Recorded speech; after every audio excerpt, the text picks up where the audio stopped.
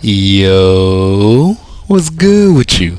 Back in black with another Enlisted video. If you guys are new to the channel and you love shooting games just like me, make sure you aim for that like button and shoot that subscribe button as well. It'll help you find better teammates and it'll improve your skill-based matchmaking because you're definitely going to need it if you're playing the Japanese in this campaign.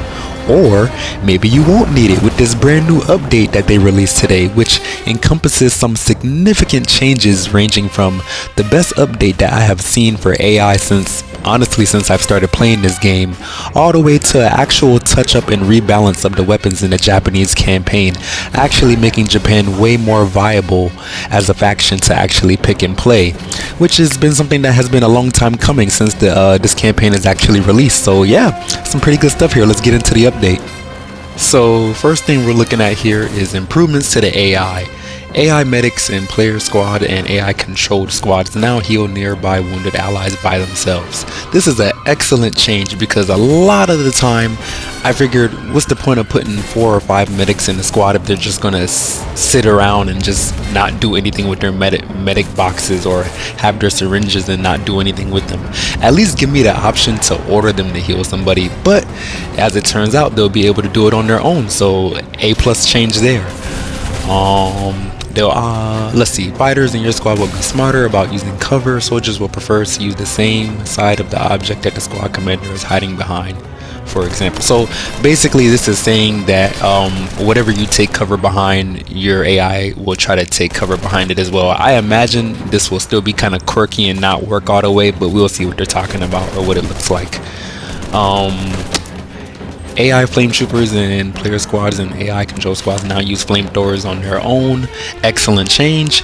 There's only so many flame troopers that you can get, so if you can have 2 of them shooting at once, that'll be a lot better and way more effective. So I just see a lot of these changes are not only making AI more useful generally speaking, but the ones that have specializations, they will actually use their specializations instead of you having to play them to actually do it. So this is excellent all around. AI control squads will now call artillery strikes, use grenades, explosive packs, build rally points and ammo boxes, and this warms my heart. This really does. This makes me so happy. Like, the AI can make rally points by themselves. Do I need to say anything else? Like, what? This is great. This is great stuff. I love it. Next up, it looks like we have some improvements to the squad command menu, I guess, whatever you want to call it. Basically, when you hold R1 on console or RB if you're on Xbox, whatever the case may be, to bring up the command chat or whatever. Radio menu buttons no longer require a press to confirm. This is a good change. So basically you don't have to press A or X if you're trying to confirm a selection. Radio menu no longer have sub menus. Orders for your squad are open by default. From this menu you can press the corresponding buttons and you can open the team messages and post them. So basically whenever you open it, it'll go to the squad commands by default, which I thought it did that already, but maybe it didn't. I don't know. I guess we'll see. This is more quality of life stuff, like I said. Formation and behavior of the AI soldiers can be set up in the squad selection menu. So basically before you actually enter the battle with your squad, you can tell them the formation that you want them to be in, which is actually pretty cool. Less busy work when you're actually in the middle of battle. And now the first item of the radio menu is placed at the top, 12 o'clock. Okay, whatever, I guess. Getting into the meat and potatoes of what I really wanted to talk about with this update, we have some rebalancing as far as the weapons go in the Pacific campaign, more so on the Japanese side. Type Hui, or my pronunciation is bad, don't judge me. The semi-automatic Japanese rifle significantly reduced the recoil and damage increase from 11.2 to 11.6. So I imagine this will make them way better at close range because it's only a 0.4 reduction. I'm not too versed in the stats of this game, but I know it would probably take a lot more than that to turn it into a one-hit kill every time. Moving on, the Type 100 SMG has a damage buff from 5.4 to 6. This is up there with the MP40, so it's going to make it a lot better, generally speaking. Type 1 SMG increased damage from 5.4 to 5.6. Small buff, but still really good. Type 2 SMG, reduced the recoil spread. Damage increase from 5.4 to 5.6. Minor increase again. S100, this one went from 5.2 to 5.9 on the damage scale, which is a pretty substantial buff. I think 0.7 is a pretty good amount, so aiming high with this should make it a lot more effective, which of course aiming high with submachine guns in general, you should try to do that anyways. Type 99 rifle, late, damage increase from 22.5 to 23.4. More one-hit kills all around, less chance for people to go down at further range, I would imagine. Type 1 rifle, damage increase from 21 to 23.1. Same thing as the last one. These are basically just damage buffs all around for the Japanese if you're not getting the memo by now. Type Otsu rifle, recoil reduced by 4.8%, horizontal recoil increased, reduced the maximum spread when shooting from the hip, increased accuracy, spread angle reduced by 19%. So it's kind of like they buffed it and nerfed it in certain places, but it's going to be better overall, basically. MP28 reduced the spread, damage increase from 5.2 to 5.5, minor increase but still good nevertheless. Type 97 LMG, these are actually really good. Let's see here. Reduced the recoil spread by 17%. Reload time reduced from 3.2 to 2.8 seconds. This is where the Japanese machine guns suffered the most, is with the reload time and the sight picture. But since they are decreasing that, they will be a lot more useful in comparison to the BAR and the Johnson LMG on the American side, which is obviously superior in most aspects. So, like I said, buffs all around for the Japanese guns. This is great stuff. Type 96 LMG reduced the recoil by 11%. Recoil is more predictable. Accuracy improved by 12%. Better sight stability when shooting. Reduced the reload time from 3.5 to 3.1.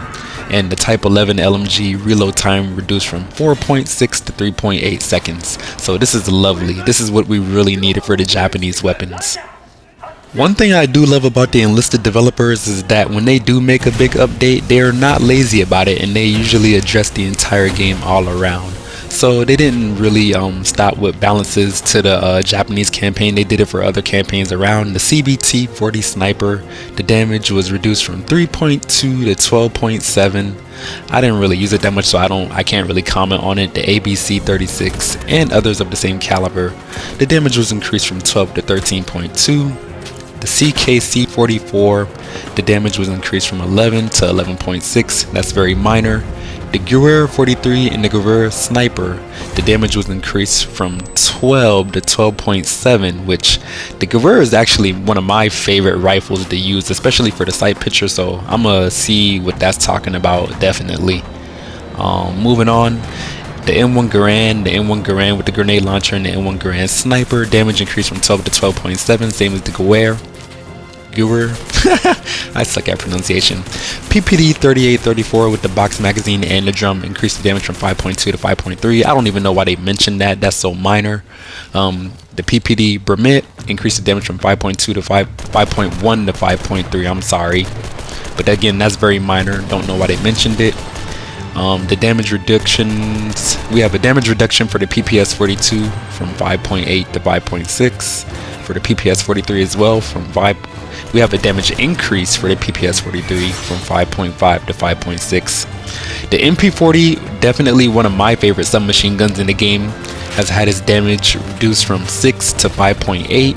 It is a very dominant gun, so I guess I can understand it. The same thing with the MP40 with the silencer on it, had a damage reduced from 6 to 5.6. Very unfortunate. Irma EMP with the silencer had damage increased from 4.6 to 5.5, so that's a big buff there. Try to use that. And the M3 Grease Gun Suppressed had a damage increase from 5.4 to 6.6, which the Grease Gun is already really good, so I don't know why they did that, so definitely try that. Last but not least, we have some rebalances to other campaigns in the game, particularly, or I guess I shouldn't even say particularly, basically for the Battle of Berlin, Normandy, and the Pacific War, And for Stalingrad, basically they're just changing the capture time of points in certain maps in the campaigns. I will flash the various pictures of these on the screen right now, and you can pause to take a closer look at it when you need to. But that's pretty much it for the update. I don't want to talk your head off too much. I'm sure I already did when I was talking about the weapons, but let me know what you think about the weapons down in the comment section. I definitely think this is a big two thumbs up for me for the developers. Ooh, let me put in the camera. I'm happy with the changes, and I'm definitely looking forward to playing the Japanese more, because I actually recently finished leveling up the Americans. So basically with this gameplay you're watching is before the update, so now I'm going to be doing even better than I was doing right now. So yeah, it's great. We're gonna see. So yeah, if you enjoyed the video, learned something new, enjoyed the gameplay, like I said, shoot that like button, aim for that subscribe button to help you find better teammates, improve your skill-based matchmaking, and I hope you have a lovely Thanksgiving. Black guy out.